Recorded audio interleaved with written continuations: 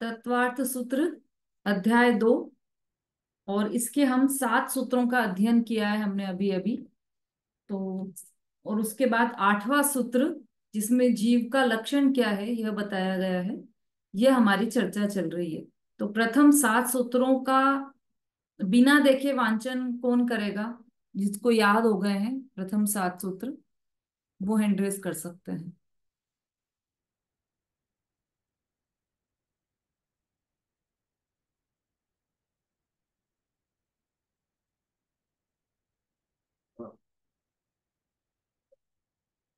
सुषमा जी बोलिए। दीदी जय जिनेन्द्र।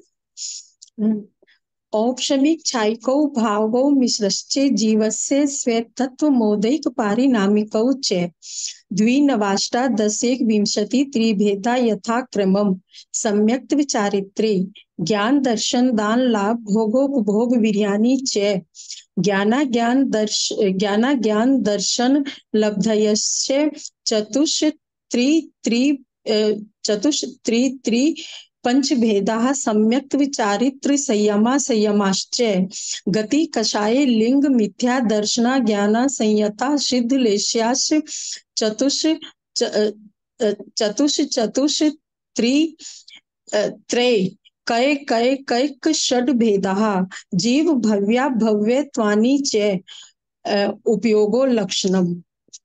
बहुत अच्छा। जीव के असाधारण 5 भावों की चर्चा थी इन 7 सूत्रों में। और उसके बाद अब हम जीव के लक्षण की चर्चा कर रहे हैं। उसमें भी सर्वप्रथम हमने, जो हमारी पिछली कक्षा थी, 4-5 दिन पहले थी शायद, तो उसमें हमने लक्षण क्या है, लक्षणाभास क्या है और लक्षण के दोष क्या है, ये सारी चर्चा हमने की थी। थोड़े से प्रश्न आपसे पूछ लेते हैं, फिर अपने विषय पर हम आगे बढ़ते हैं।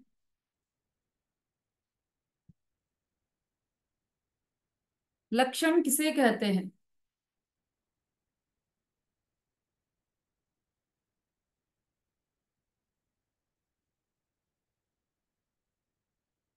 कुंद प्रभा जी।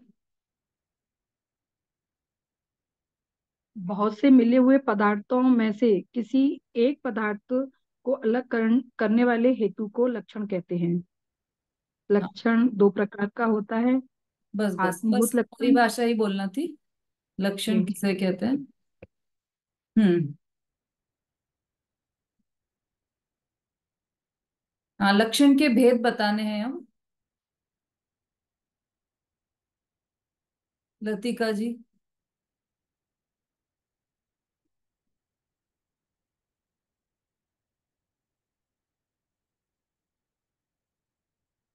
जो लक्षण एक तो होता है आत्मभूत लक्षण, एक होता है अनात्मभूत लक्षण।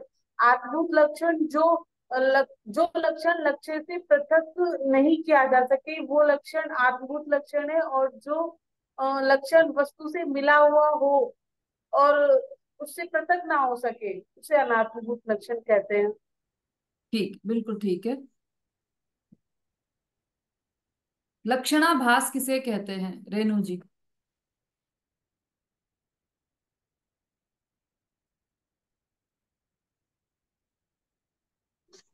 दीदी जय जिनेन्द्र। जो लक्षण तो नहीं है पर लक्षण का आभास प्रतीत होता है उसे लक्षणाभास कहते हैं। जैसे अव्याप्ति दोष, अतिव्याप्ति दोष और असंभव दोष। हाँ ठीक है, दीदी बोलो, लक्षण के आगे बोलो। दोष। बस लक्षण के 3 दोष हैं। हाँ, वो कोई और बोलेंगे, समता भाभी बोलिए।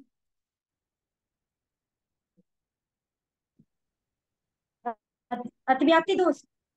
लक्षण के कितने दोष हैं, नाम बताइए। 3। कौन कौन से? अव्याप्ति, अतिव्याप्ति, अव्याप्ति, अतिव्याप्ति और असंभव। हम्म। अब इसमें से अव्याप्ति लक्षण किसे कहते हैं वो बताइए। अव्याप्ति लक्षण जो लक्षण जो लक्षण लक्ष्य अलक्ष्य दोनों में पाए जाए उसे अव्याप्ति लक्षण कहते हैं। ममता जी बोलिए। अव्याप्ति लक्षण, लक्षणाभास किसे कहते हैं? जय हिंद दीदी। हम्म। जो लक्षण लक्ष्य के एक देश में रहता है और संपूर्ण लक्ष्य भूत पदार्थ में नहीं रहता, उसे अव्याप्ति लक्षणाभास कहते हैं। हाँ जैसे गाय का लक्षण बता दीजिए, सांवली है, वह इस तरह एग्जाम्पल दिए थे। बिल्कुल सही, बहुत अच्छा। अव्याप्ति मतलब वो जो लक्ष्य है हमारा, उसके एक भाग में पाया जाए, एक देश में पाया जाए, सर्व देश में नहीं पाया जाए, उसे अव्याप्ति लक्षण कहते हैं, या अव्याप्ति दोष कहते हैं। अतिव्याप्ति दोष किसे कहते हैं संगीता जी?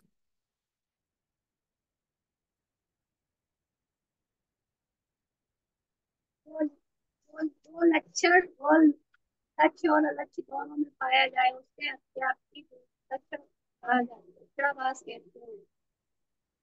जैसे गाय, सिंह वाली गाय।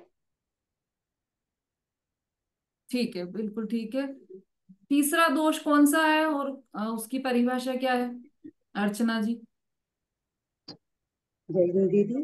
असंभव दोष, जो लक्षण लक्ष्य में संभव नहीं, उसे असंभव दोष कहते हैं। उदाहरण जैसे खरगोश का सींग आदि, आकाश के फूल। ठीक, बिल्कुल ठीक। तो 3 प्रकार के दोष हमने देखे थे। अब जीव का लक्षण क्या है?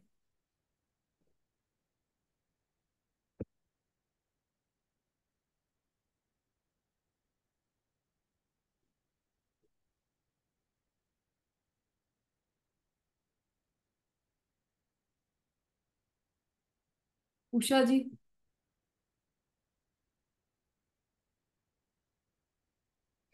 दीदी जीव का लक्षण ज्ञान दर्शन है। हाँ, ज्ञान दर्शन कहें या उपयोग कहें एक ही बात है। मतलब उपयोग जो है ना, वह ज्ञान दर्शन का व्यापार। अब ज्ञान दर्शन तो ये गुण भी हो सकते हैं, लेकिन उसका जो व्यापार है, उसका जो परिणमन चल रहा है, उसको उपयोग कहते हैं। और ज्ञान और दर्शन दोनों के व्यापार को उपयोग कहते हैं। ठीक है उषा जी। लक्षण की क्या विशेषताएं हैं विशु जी?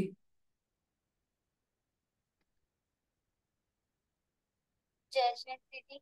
हम्म।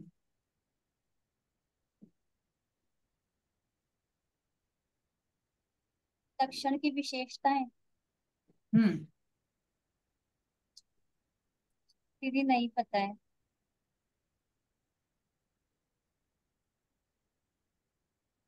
शोभा जी। जैसे दीदी, हम्म। लक्षण प्रकट होना चाहिए, लक्षण निर्दोष होना चाहिए, लक्षण कर्म से निरपेक्ष होना चाहिए, लक्षण त्रिकाल सदाकाल रहना चाहिए, लक्षण पूरे लक्ष्य में होना चाहिए, और राग जीव में त्रिकाल नहीं, बस लक्षण पूरे लक्ष्य में होना चाहिए। 5 ही है। हाँ, 5 पॉइंट ये मुख्य रूप से ध्यान में रखने योग्य है कि लक्ष्य, यदि किसी जो हमने लक्ष्य बनाया है, उसका लक्षण ऐसा होना चाहिए, इन लक्षणों के द्वारा वस्तु की पहचान होना चाहिए। बहुत अच्छा।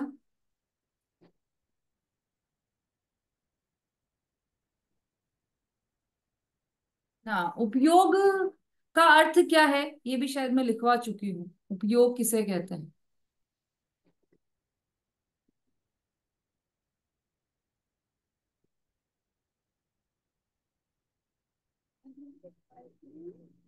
कुंद प्रभा जी।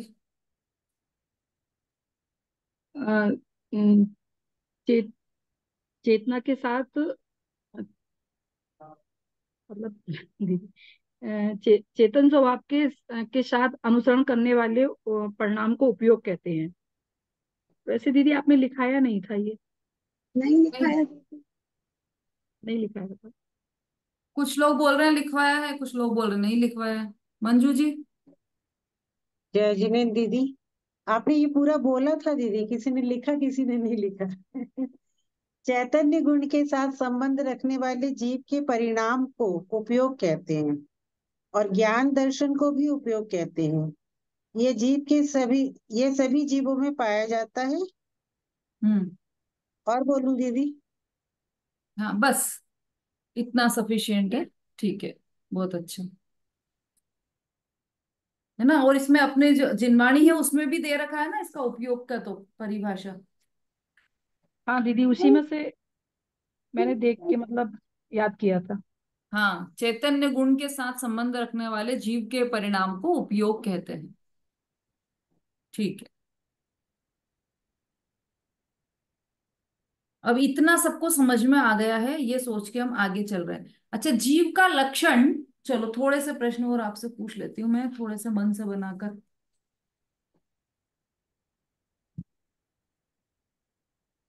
यदि जीव का लक्षण राग को बताया जाए तो क्या वह लक्षण सही है, नहीं है तो क्यों, ये भी बताना है आपको।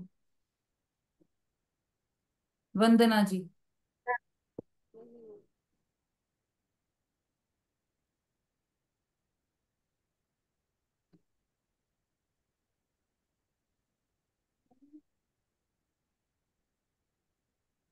एक बार दोबारा बोलिएगा। यदि जीव का लक्षण राग बताया जाए तो क्या यह लक्षण सही है, और नहीं तो क्यों।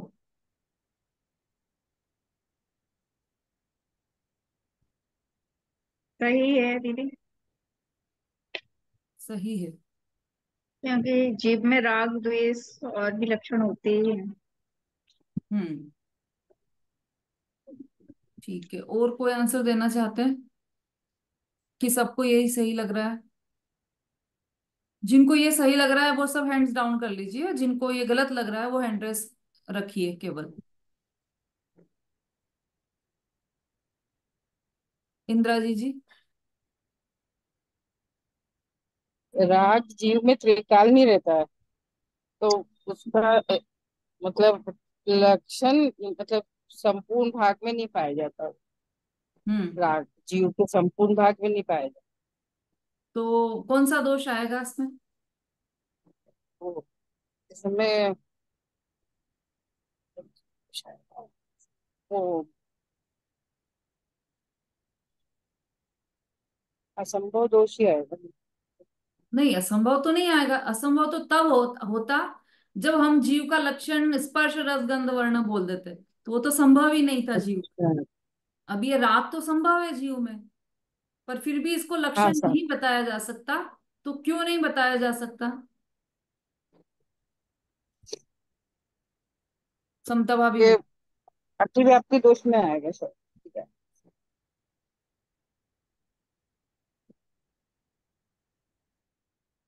चलिए, कौन बता रहा है अभी। विशु जी बोलिए। जीव रागी नहीं होता है जीव, क्योंकि जीव तो चैतन्य रूपात्मा है।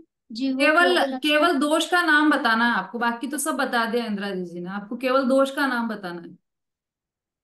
कोई भी दोष नहीं है। अच्छा, चलिए समता भाभी बोलिए।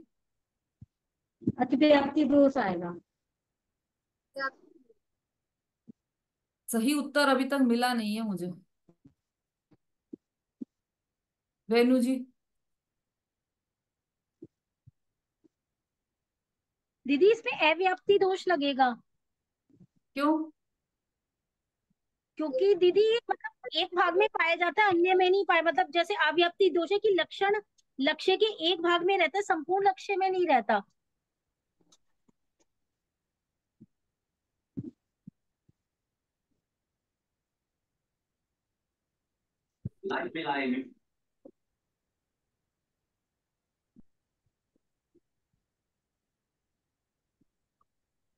कैसे समझेंगे? हाँ जी, बिल्कुल ठीक बताया रेनू जी ने। अव्याप्ति दोष आएगा इसमें, क्योंकि यह लक्ष्य के संपूर्ण भागों में, उसकी संपूर्ण अवस्थाओं में नहीं पाया जा रहा। जब तक जीव जी संसारी था तब तक तो राग था, जब मुक्त हो गया तब उसमें राग नहीं है, तो इसलिए इसमें जी अव्याप्ति दोष आएगा। ठीक है। संपूर्ण भाग में नहीं पाया, मतलब देखो इसमें से जो शब्द है ना उसी में से अर्थ निकालो। अव्याप्त, जो जो सब में व्याप्त नहीं है वो अव्याप्त, और अतिव्याप्त जो व्याप्त मतलब लक्ष्य से भी ज्यादा जगह पर व्याप्त है उसे कहेंगे अतिव्याप्ति। ठीक है। अव्याप्ति क्यों कहा, कि जो पूरे लक्ष्य में ही समाहित नहीं हो पाया, इसलिए उसे अव्याप्ति कहा। और अतिव्याप्ति कब कहा, कि जो लक्ष्य में तो है लेकिन लक्ष्य के अतिरिक्त तो दूसरी वस्तुओं में भी है, इसलिए उसे अतिव्याप्ति दोष कहा गया। वंदना जी और कौन थे, और भी किसने बोला था ना, विशु जी, वंदना जी, हाँ। इसमें कोई जी दोष दीदी। नहीं आएगा, ऐसा नहीं है। यहाँ तो स्पष्ट ही कर रखा है ना कि जीव का लक्षण उपयोग है। तो राग राग को जीव का लक्षण नहीं बताया, क्योंकि संसारी जीव में तो राग पाया जा रहा है।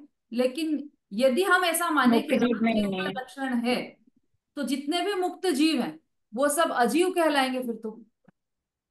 वो जीव नहीं कहलाएंगे। सिद्ध भगवान जीव है या अजीव है? कि सिद्ध भगवान तो जीव है। तो जीव है तो जी उनमें राग जी। तो दिखाई नहीं दे रहा है, फिर वो कैसे जीव है?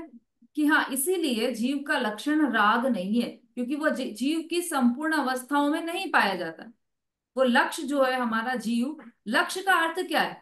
यहाँ पर लक्ष्य का अर्थ है जिसे हमें जानना है, जिस वस्तु को जानना है हमें, वह लक्ष्य है।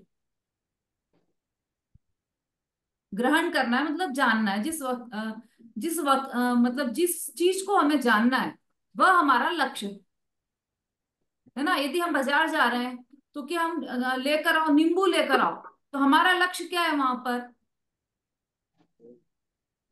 नींबू हमारा लक्ष्य है। अब उस नींबू लक्ष्य नींबू को खरीदना। पहचानने के लिए उसको लक्षण दिया जाएगा कि कैसा नींबू। तो फिर उसके लक्षण बताए जाएंगे। अब वो लक्षण जो बताए जाएंगे, उस वो लक्षण अव्याप्ति, अतिव्याप्ति और असंभव दोषों से रहित होना चाहिए। कैसे? कि नींबू, ऐसा नींबू कैसे होते हैं? मम्मी, नींबू लेने जा रहा हूं तो नींबू कैसे होते हैं? नींबू ऐसे होते हैं जो ब्लैक कलर के होते हैं, जो रेड कलर के होते हैं, जो चौकोर होते हैं।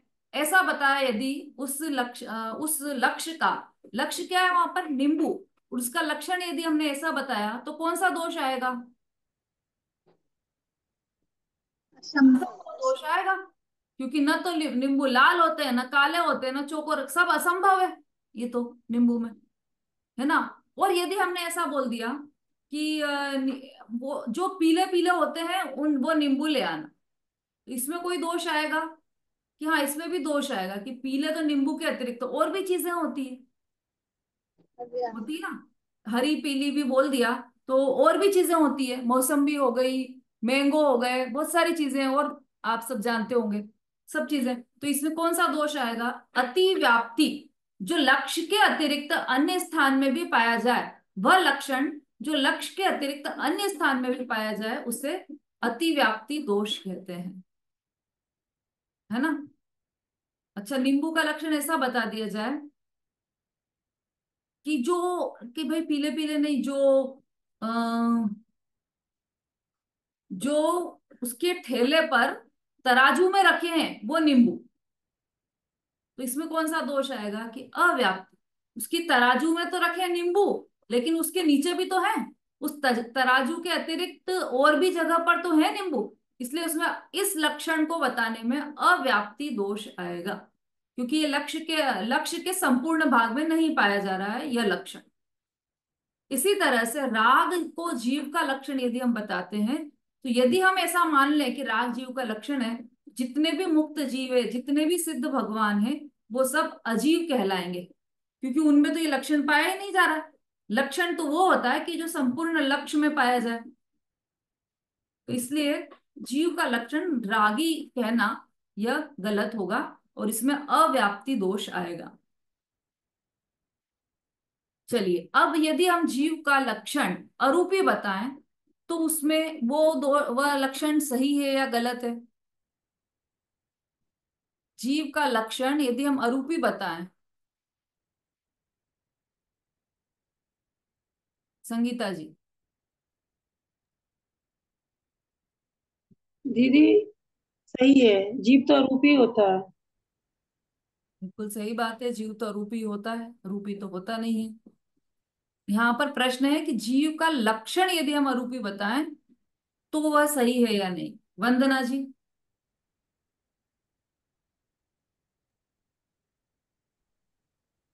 दीदी सही है। ठीक है, नंदिता जी।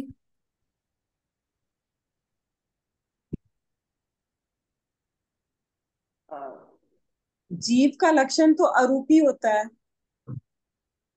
हाँ, हाँ, तो वो सही है ना ये लक्षण बताना कि जीव जीव अरूपी है। अरूपी जिसका लक्षण है वह जीव है। निशा जी बोलिए।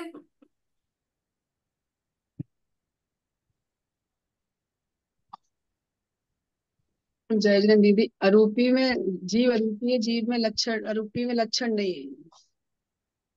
अरू जीव का लक्षण अरूपी नहीं है। अरूपी, हाँ नहीं, अरूपी लक्षण तो है, जीव अरूपी ही है, लेकिन अरूपी उसका लक्षण नहीं है। हाँ, क्यों? जीव अरूपी है। क्यों नहीं है उसका लक्षण? लक्षण तो जीव, लक्षण जानना देखना है, अरूपी तो जीव दिखता कहाँ है, अरूपी है ना। जीव का जानना देखना भी दिखता कहाँ है? उपयोग जानना देखना जीव का लक्षण है, अरूपी जीव है। अति अतिव्याप्ति व्याप्ति। दोष आएगा नहीं दीदी इसमें, अतिव्याप्ति दोष। अतिव्याप्ति क्यों? अति व्याप्ति। कारण?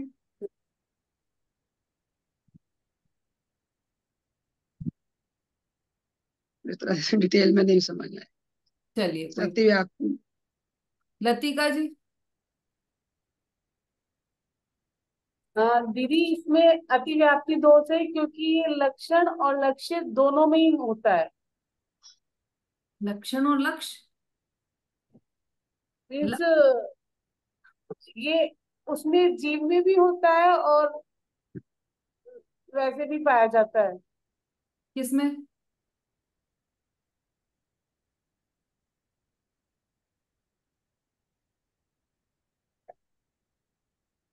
चलिए अब अंतिम पूछ लेते हैं, आरती जी बोलिए।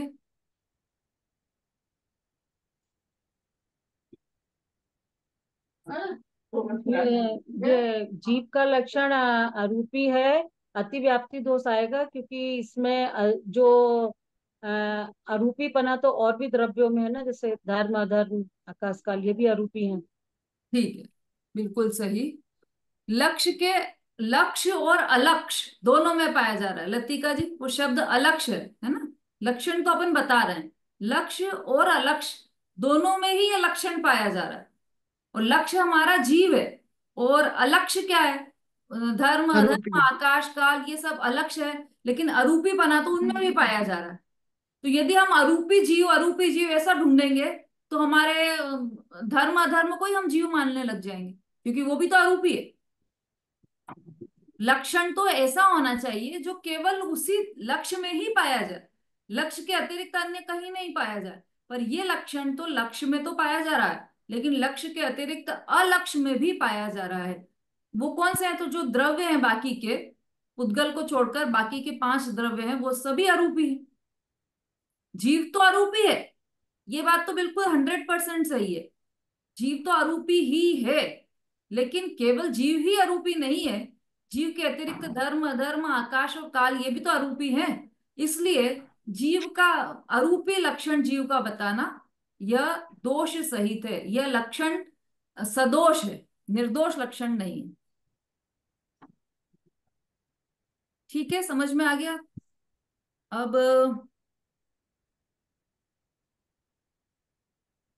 चलो, अरूपी को जीव का लक्षण नहीं बता रहे हम, तो अपोजिट ले लो इससे।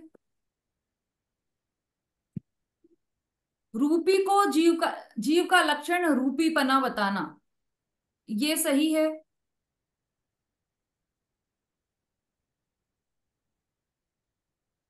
आंचल जी।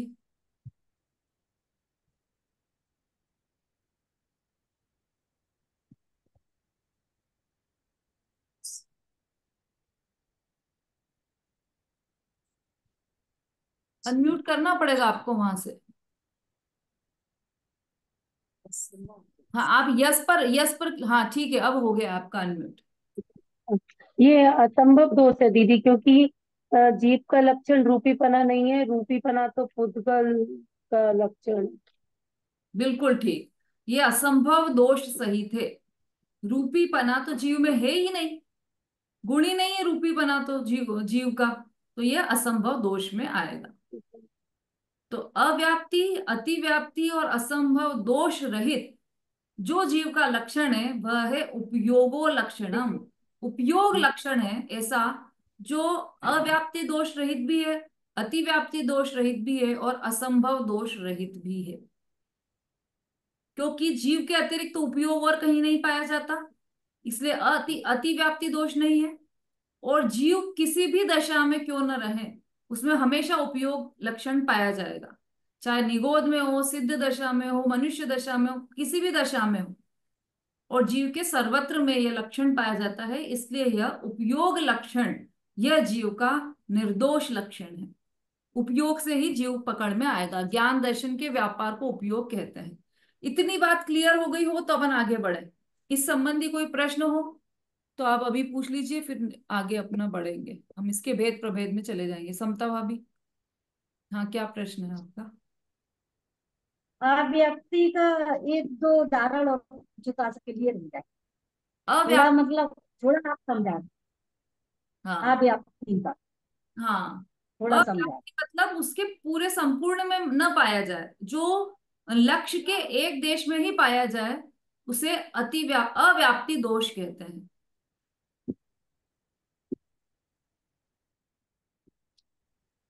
जैसे आपका लक्ष्य क्या है, एक लक्ष्य बताइए आपका, या मतलब जिसे आप जानना चाहते हैं।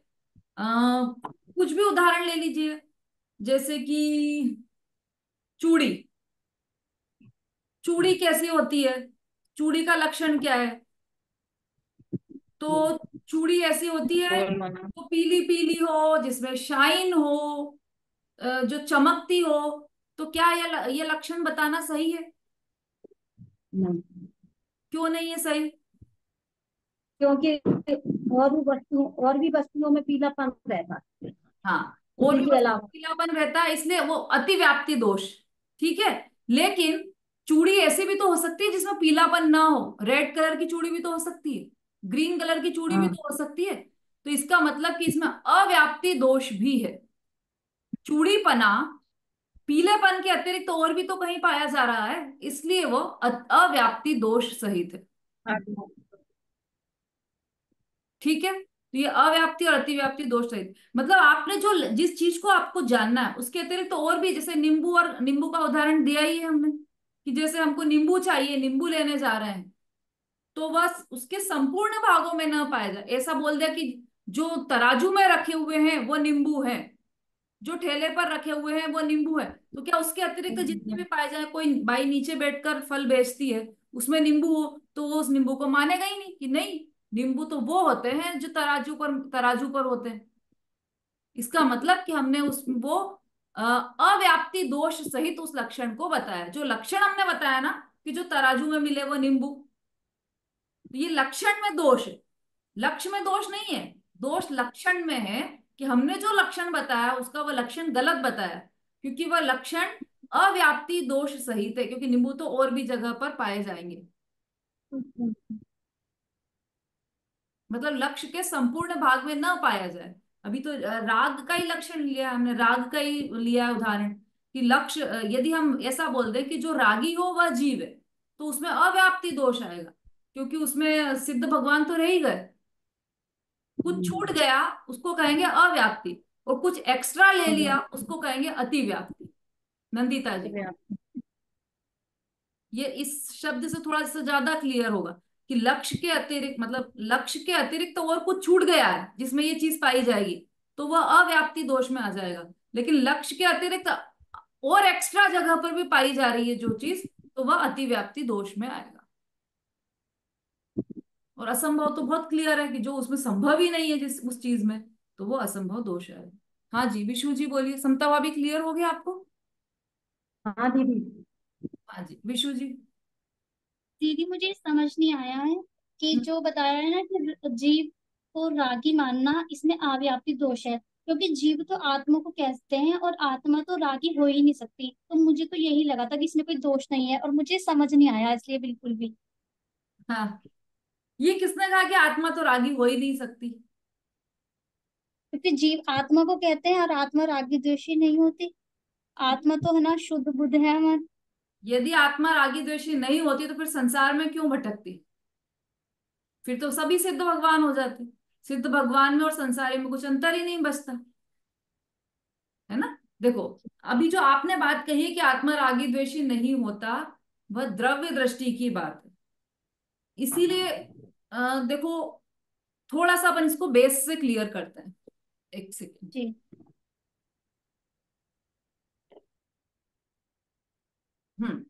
जो वस्तु होती है या द्रव्य होता है, उसके तीन पार्ट्स होते हैं, द्रव्य, गुण और पर्याय। हर वस्तु के थ्री पार्ट्स होते हैं, द्रव्य, गुण और पर्याय। ठीक है। अब वस्तु मतलब क्या, तो वो छह द्रव्य, जीव, पुद्गल, धर्म, अधर्म, आकाश, काल, ये सभी द्रव्य हैं। और ये सभी द्रव्य अनंत द्रव्य हैं। जीव भी अनंत है, पुद्गल अनंत अनंत है, धर्म अधर्म ये एक एक है, आकाश एक है, और काल लोक प्रमाण असंख्यात है। ठीक है, ये संख्या तो हम समझ चुके हैं पहले। तो मतलब अब हम इन जाति अपेक्षा जो छह द्रव्य उनकी बात कर रहे हैं। तो प्रत्येक द्रव्य में के थ्री पार्ट्स हैं, द्रव्य, गुण और पर्याय। अब जो द्रव्य और गुण पर्याय वाला जो पार्ट है, वह तो हमेशा स्थिर रहता है, हमेशा शुद्ध रहता है। लेकिन जो पर्याय वाला पार्ट है, वह हमेशा अनित्य रहता है, स्थिर नहीं रहता, हमेशा नया नया चेंज होता है। एक ही वस्तु की बात है ये, दो वस्तु अलग अलग मत जोड़ना। एक ही वस्तु में एक पार्ट ऐसा है जो हमेशा टिका रहता है, एक पार्ट ऐसा है जो हमेशा चेंज होता रहता है। ठीक है, इतना क्लियर हुआ विशु जी? जी। है ना। अब आप म्यूट मत कीजिएगा, क्योंकि मुझे पता नहीं चलेगा कि आपको समझ में आ रहा है नहीं। आप बोलते जाइएगा बीच बीच में। एक वस्तु के थ्री पार्ट्स में से हमने दो पार्ट करे हैं, वो दो पार्ट तो हमेशा नित्य रहते हैं, स्थिर रहते हैं और शुद्ध रहते हैं। जो तीसरा पार्ट है पर्याय, पर्याय वाला जो पार्ट है वो हमेशा एक एक सेकंड मतलब एक एक समय में चेंज होता रहता है। नया आ गया, पुराना वाला खत्म, नया, फिर पुराना खत्म, फिर नया। तो प्रति समय चेंज होने वाली ऐसी पर्याय होती है। वो जितनी भी मलिनता है, जितना भी राग द्वेषपना है, उस पर्याय में रहता है। वो द्रव्य और गुण तक नहीं पहुंच पाता। इसको हम थोड़े सरल उदाहरण से समझें। जैसे रुमाल है, रुमाल है ना। अब रुमाल गंदा हो गया तो उस पर मेल आ पर्याय चेंज हो गए। हाँ, उस पर मेल आ गया। तो वो मेल कहाँ पर आया है, पर्याय में आया है, उस रुमाल की अवस्था में आया है। पर्याय। लेकिन अंदर जो शुद्ध रुमाल पड़ा है, सफेद का सफेद रुमाल है, वो तो पूरा क्लीन है, उसके ऊपर से मेल चढ़ गया। तो जो उसकी मलिनता है वह पर्याय में आई है, लेकिन जो उसके द्रव्य और गुण है वह तो शुद्ध है। उदाहरण है ये, तो रुमाल एक द्रव्य नहीं है, रुमाल तो अनंत द्रव्यों का पिंड है एक। तो इसलिए उसमें उदाहरण एक देश ही लगाना। ऐसे ही जितने भी द्रव्य हैं, छह द्रव्य हैं, वो सभी शुद्ध हैं अंदर से। लेकिन उनकी पर्याय, जीव की और पुद्गल की स्पेशली, ये इन दो द्रव्यों की पर्याय परिणमित, पर्याय सबकी परिणमित होती है, छह द्रव्यों की। लेकिन मलिनता रूप पर्याय जीव और पुद्गल द्रव्य की होती है। अब हम यहाँ पर जीव द्रव्य को लेकर चल रहे हैं। तो जीव द्रव्य में रागी द्वेषी पना होता है पर्याय में। अंदर से तो वो पूरा शुद्ध है। हम रुमाल धोते क्यों हैं, ये मेला हो गया ऐसे करके हम फेंक क्यों नहीं देते? कि हमें पता है कि ये मेलापन उसका बाहर है, लेकिन हम इसको जरा सा धो देंगे, क्लीन कर देंगे तो साफ